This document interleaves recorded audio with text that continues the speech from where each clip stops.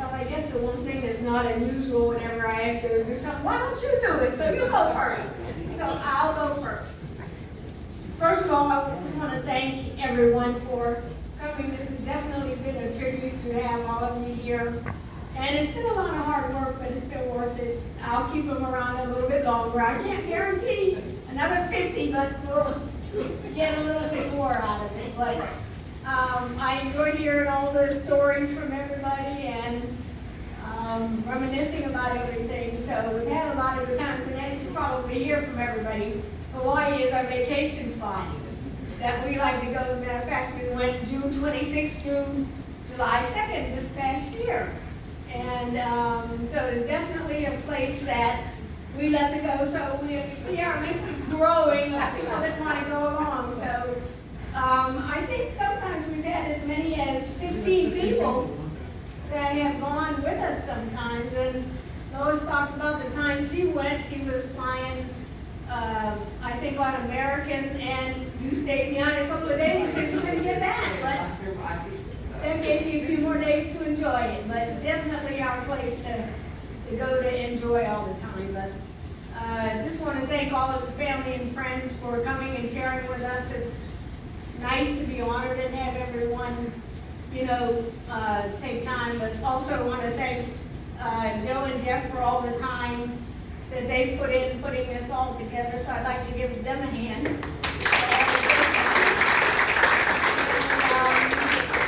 special thanks to Christy and also to Lauren, who has been our guest book and did some bagging of some of the gifts last night. So I want to thank you guys for all of your efforts as well. And the one person I'll leave off my list is my baby brother Ray. I think you've heard all of his stories. Believe it or not, that's not all of them. believe it or not, we're going to Nags Head the week of the 19th to the 26th of this year. So you'll probably hear an explosion over there from that week. But we have a good time. We've been going down there for over 30 years on vacation. So we'll have a good time getting in touch with everybody again. So again, I just want to thank everybody for coming, for all the memories that you've given, and we love you all, and thank you so much for coming out to help us celebrate this occasion.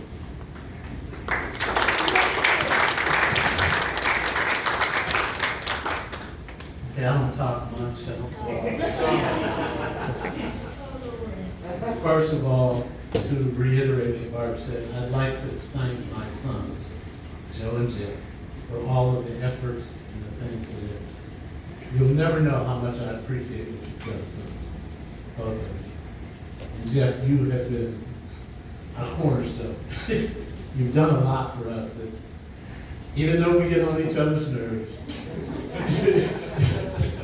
I appreciate everything you've done. I really do. And again, I'd like you all to give them a hand for everything they do.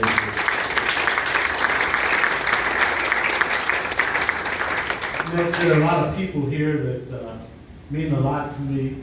It is so good to have my sisters, both of them here. We don't see as much of each other as we used to, but we still try and make sure we see each other at least once or twice a year. And it was an honor to have them and Ron come to be with us for today. I can't say how much I appreciate that. Because with all the things going on, it would have been a lot easier to say, hey, this COVID, I'm not coming. We're going to stay home. But they thought enough of us to come and see us. And we appreciate it so much. Thank you, Judy and Joey. A lot of people I have to see. I see my fraternity brothers out there. There's one that didn't get to say anything, but there's one that I have to acknowledge. I call him my third son. But he looks out after me like I am his father. He takes care of me. He gets me where I need to go. He makes sure I'm attired properly. And he really looks after me. That's Reggie Gerald. Would you please stand, Reggie? this afternoon. And, Where was he when he fell? nobody was around when he fell. I mean, he wasn't even at the place when I fell. That's why I wasn't He wasn't at the place when I He fell. failed on the job. He wasn't on the job. He wasn't there. He wasn't But there was younger kids. See, he doesn't have any respect for you, man. But anyway, they were, and there's some people here, Doug and Judy Mulholland, our first true friends that we met when we moved here, aside from, well, we met them before we met Doug and Sherry, really, because Doug and I coached baseball, and we coached Jeff and his son on the baseball team. So that's how we really got to know each other. And we did that for a few years, and we done it. And that turned me into an umpire, and I've done that for 35 years or 40 years as an umpire for the city of Arlington. And I don't know. I mean, there's so many people. Danny and Cynthia, we met them on a venture, as he said, and we've become closer friends. And it's like brother, sister, and all that. We're that close as far as friends. We keep in touch with each other. And everybody here, it's so good to see my nephew from Pittsburgh. I mean, for someone to come from Pittsburgh, just a nephew, Brian and Sandra, we appreciate that. We really do. First time in Texas. There's time in Texas. My brother-in-law, Ray, all of the stories that he had, and I'm sure I'm going to have a few more next couple of weeks, but I love it. He and I have done a lot of things together. And we swap stories, we sit on the beach and lie and tell all the stories. The one thing we're going to miss is my best man. And my really best man and my best friend, who passed away a couple of years ago. That was my brother-in-law, and he was my best man. And like I told at his funeral service, we used to sit out on the beach and solve the world's problems. Between him and I, we should have been president, because we knew all of the answers. I mean, we spent times on the beach talking about politics and everything else, and who didn't belong where they did. And he is one I really miss when we go to the beach. I really do. Unfortunately, my mother-in-law and my brother-in-law, my other brother-in-law, are not here. And it's not because they couldn't come. My mother-in-law is 94 years old. She did not want to get on a plane with this COVID stuff, because she was planning to come. But when that COVID second breakout came, she said, I don't think I'm ready to get on a plane. And I honor her for that. I really do. I wouldn't have wanted her if she wasn't comfortable coming. I didn't want her to come. In fact, I told my sisters the same thing. If you're not comfortable coming, we will understand. So again, I appreciate your coming to see us for this day. It's a year late, but it happened. And we're so appreciative of all of you for coming. And I couldn't say anything without saying something about my pumpkin.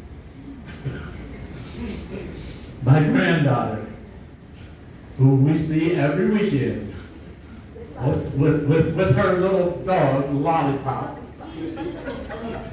I've become a grand dog dad. And I get the call on Friday morning or something, are you going to come and pick up me and Lolly for the weekend? But thank you for all you've done for all of us. And everyone here, just thank you for coming. We appreciate it.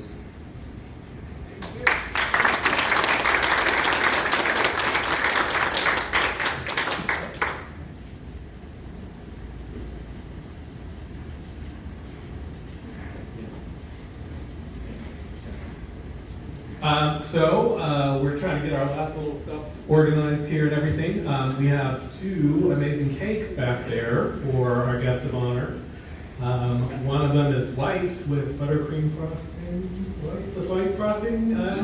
I think, yeah. And the other one, that's for my mom, and then for my dad, it's red velvet. Which is a special kind of cake as well. So we'll be slicing those up pretty soon. We have boxes to take them to go if you'd like to take a piece to go with you as well. So we look forward to that. And we're also I'm kind of vamping a little bit for time here so that we can thank a few other folks who kind of helped us through this whole adventure of kind of putting this whole event together.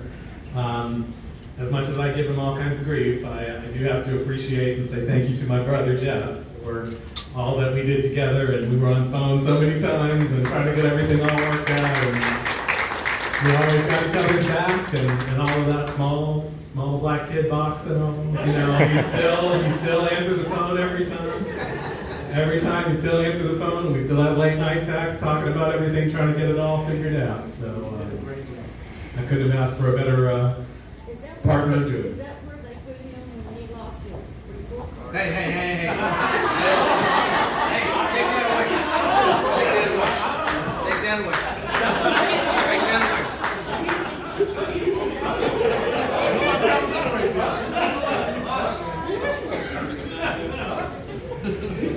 But she already protected him. See, she's leaning over to him. He wants to have the story told. She's like, oh no, don't tell that story. Always protecting him. Always protecting him. So I'll give you guys a brief synopsis. Yeah, okay, you better tell it right. We're gonna correct it. So my grades may or may not have been up to par. So as a kid, I'm like, okay. So I might have had a report card kind of disappear for a while. And somebody with a bald head back there in a white shirt ratted me out.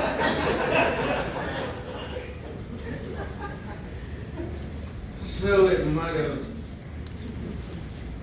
appeared halfway under the couch like it was always there. So I believe I got grounded for a little while. So what their story is going to be is they didn't see me for like 6 months. They could just see the blinds come up